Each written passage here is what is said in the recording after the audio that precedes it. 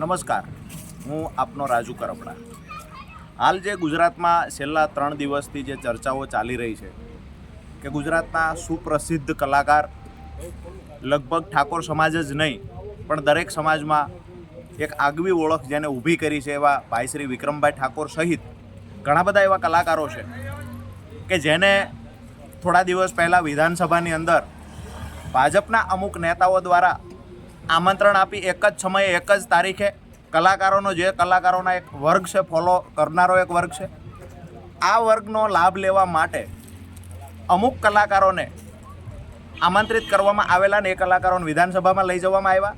સાથે જ ભાજપના ધારાસભ્યો સાથે એક એમની બેઠક કરવામાં આવેલી, પ્રેસ કોન્ફરન્સ કરવામાં આવી, ત્યારે પણ ભાજપના એક અમુક આગેવાનોને સાથે રાખવામાં આવ્યા। એટલે ઓલમોસ્ટ એક પ્રકારે ભાજપનો કલાકારો દ્વારા પ્રચાર કરવામાં આવ્યો।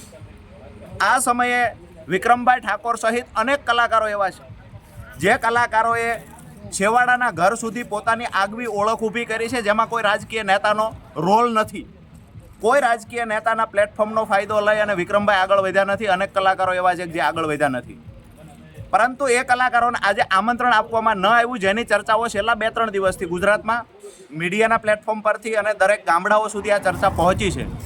ત્યારે અમે નમ્ર વિનંતી કરીએ છીએ વિક્રમભાઈને, ઠાકોર સમાજને અને જે કલાકારોને આમંત્રણ આપવામાં આવ્યું નથી, તમામ કલાકારોને મારું સ્પષ્ટ માનવું છે કે જે કલાકારોને ભીખુદાનભાઈ જેવા 5% કલાકારોને બાદ કરતા મોટા ભાગના કલાકારો ભાજપની ચાપલૂસી કરતા શીખી ગયેલા છે। આ કલાકારો પોતાની ફરજ ચૂકી ગયા છે। ખરેખર રાજકીય માણસે જે કામ કરવાના હોય એ કામ કરવાની જગ્યાએ આક્ષેપ પ્રત્યાક્ષેપ કલાકારો કરી રહ્યા છે। તો ક્યાંક ને ક્યાંક એવા 5% રાજકીય માણસ ખરાબ હોય ને જે કામ ન કરી શકે એવા કામ અત્યારે કલાકારો કરે છે અને ભાજપનો ખુલીને પ્રચાર કરે છે, ભાજપની ચાપલૂસી કરે છે, એવા કલાકારોને આમંત્રણ આપવામાં આવ્યું।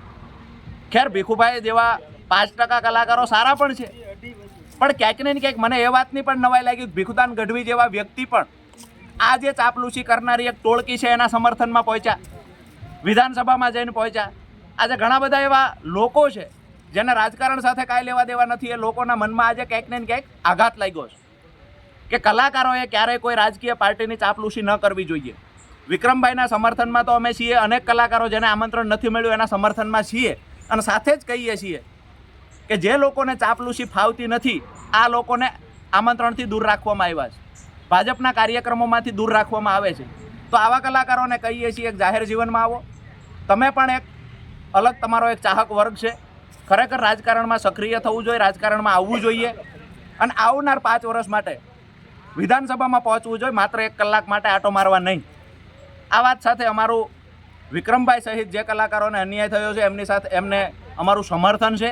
આવનાર સમયમાં અમારી પાર્ટી નહીં પણ કોઈ પણ પાર્ટી આવા નેતાઓએ આ ખરેખર કલાકારોએ જોઈન કરવી જોઈએ અને ગુજરાતના રાજકારણમાં સક્રિય થઈ ગુજરાતની સેવામાં યોગદાન આપવું જોઈએ, ગુજરાતના યુવાનોને એક નવી દિશા આપવામાં મહત્ત્વનો રોલ ભજવવો જોઈએ। આભાર।